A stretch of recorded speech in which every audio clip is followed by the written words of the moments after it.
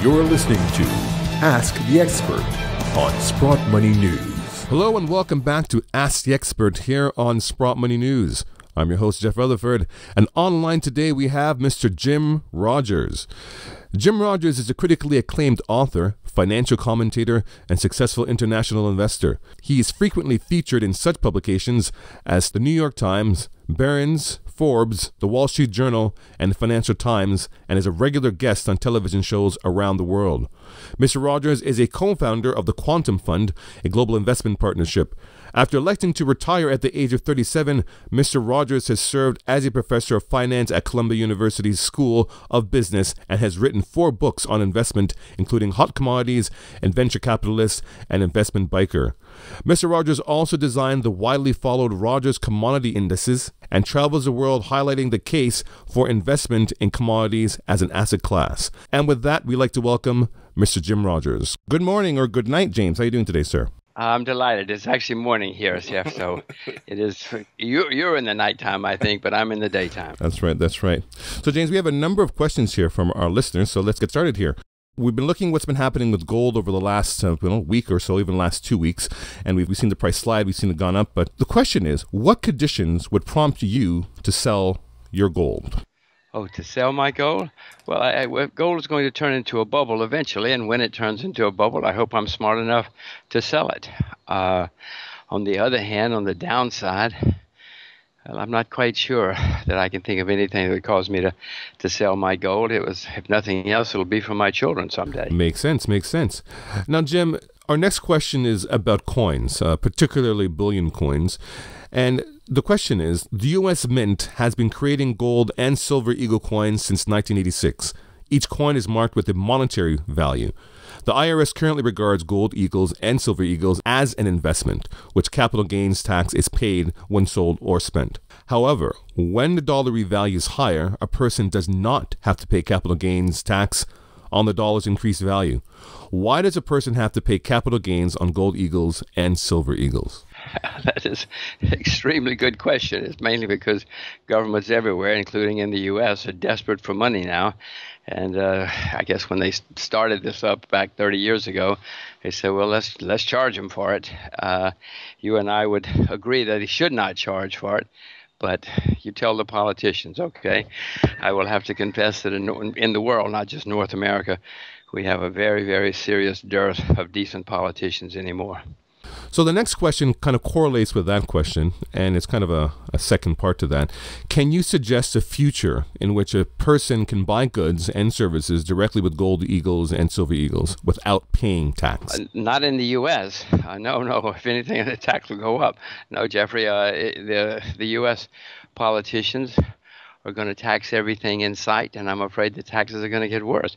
Jeffrey, the United States is the largest debtor nation in the history of the world. No nation has ever gotten like this, and the debts are going higher and higher and higher. That is a reason to own gold and silver, but it's also a reason that they're going to tax us as much as they can. Mm-hmm. Now, Jim, we've kind of been seeing how things have been developing in China as far as the Shanghai Gold Exchange. So the question is, do you believe that China will ultimately control the price of gold? If so, when do you estimate this becoming a reality? Well, probably, but China will become the largest economy in the world in the foreseeable future. It will become the most important country in the world in the foreseeable future. When that happens, they're going to control the price of a lot of stuff, directly or indirectly. I don't see them controlling the price of gold anytime soon. As big as they are and as important they are, there's just too much gold around the world for them to control it yet. But my children speak Mandarin. I moved to Asia so that my children would know Asia and speak perfect Mandarin. China's the future, whether we like it or not. Now, likewise, James, as far as what's happening with China and Russia, do you believe that China and Russia are working in tandem to devalue the American dollar and then likewise replace it totally as a reserve currency? I mean, if that's the case, what do you think their ultimate goal is? Or I think maybe you've answered that question in your last question. Well, I don't think they're working together to devalue it, not at the moment, but they are desperately, frantically trying to figure out a competing system to the present world financial system. Partly because the U.S. is so dominant and The U.S. is, I mean, I hate to say this, I'm an American citizen, but the U.S. is forcing them to do this. That we keep coming up with sanctions and rules and regulations and penalties on people, no matter what. They penalize you for doing something in other countries, which is legal in the other countries, but not legal in America. So needless to say, the rest of the world is getting tired of this, getting fed up. You cannot operate in a system like that. And so they are now, it's not just China and Russia, other countries are now putting together an alternative and competing system, which will ultimately, of course, will mean a competing currency as well. At that point, the U.S.'s dollar is probably going to have serious problems because we cannot control things the way we have been able to for the past 60 or 70 years. And again, we're bringing it on ourselves. All these bureaucrats in Washington coming up with constant regulations and penalties. Now the rest of the world is being forced to do something outside of the U.S. system. So the question of confiscation always comes up with our experts, Jim. So the question right now is, what are the top 3 safest countries to keep your money and assets, and why? Keep your assets protected from whom? It depends on, North Korea is probably a very safe country to keep your assets if you're trying to protect it from the U.S. and the West. I'm not so sure it's safe for protecting it from the North Koreans if they get angry at you. It depends on who you're trying to escape. I guess places like, well, that's a tough one because if you're trying to protect it from everybody, you're going to have to find yourself in an obscure country that nobody's angry with, and which respects the rule of law and the sanctity of private property. I live in Singapore, and I have assets in Singapore, but I have assets in various countries around the world. I have assets in the UK, so I'm in the U.S. trying to get my assets out of the U.S. because I expect exchange controls eventually. Switzerland, Austria. I mean, these are countries that traditionally have been okay, but even these countries, especially Switzerland, is not what it used to be as far as sanctity anymore. So Singapore is the answer that pops to mind most of all for many reasons.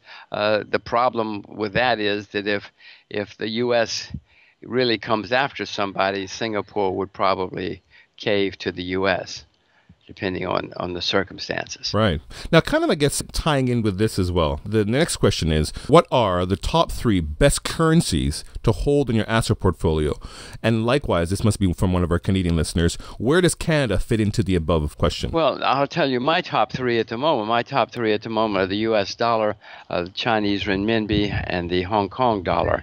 Those are the ones I own the most. Hong Kong dollar, of course, is tied to the U.S. dollar at the moment. The Canadian dollar, I own some Canadian dollars. Canada has been a sounder country than the U.S. for the past 30 years, say. No, not 30 years, past 20 years. Canada's been run more on a sounder basis than the U.S. So I still own some Canadian dollars. They're certainly down in the last 2 or 3 years against the U.S. dollar for a variety of reasons, but I still own Canadian dollars. So maybe getting back to the other question then, would Canada be a place that you would think would be a safe place to store your assets, particularly precious metals in this sense? Yes, I would put Canada on a list. Again, Canada has shown great resistance to the U.S. at many times in history. I know Europeans who won't keep their money their assets in the U.S. They'll only keep it in Canada, their North American assets, and that's because during the Second World War, the U.S. confiscated everybody's assets, including our allies. The Canadians did not confiscate anybody's assets, including the enemies. So Canada has a long history of being much more neutral, if you will, about people's money and assets. It's certainly better than the U.S., that's for sure. So likewise, oddly enough, another question here in regards to Canada. So recently, the Canadian Federal Court decided in favor of a small group of ordinary Canadian citizens who took the Bank of Canada to court on the issue of whether it is legal for the Bank of Canada to no longer fulfill its mandate of issuing government debt to municipalities and provincial governments, interest-free. The story has been totally ignored by mainstream media. First of all, are you aware of this decision? And first of all, I am not aware of it. Okay. Did they win? Who won? They did. They won. They hallelujah. Hallelujah. Exactly, Jim. So likewise, what do you think a decision like this could be as far as the long-term ramifications in Canada from that perspective? Well, if I were a municipality, I'd be borrowing as much as I could, since it's interest-free. You can do an arbitrage if nothing else. Why doesn't Toronto just borrow a lot of money and turn around and put it in government bonds? I don't know. I suspect that somewhere along the line, the Canadian politicians are going to change the rules. That's the trick that politicians have done throughout history. When things really go against the politicians, they just change the rules on you. In nearly every country in the world at some time in history. So the question coming from our listeners is, why or how did you become a director at Spanish Gold in British Columbia? I guess this is a question of curiosity. Well, I knew some of the people involved with Spanish Mountain Gold, and they asked me if I would be a director, and I said yes. It's pretty simple.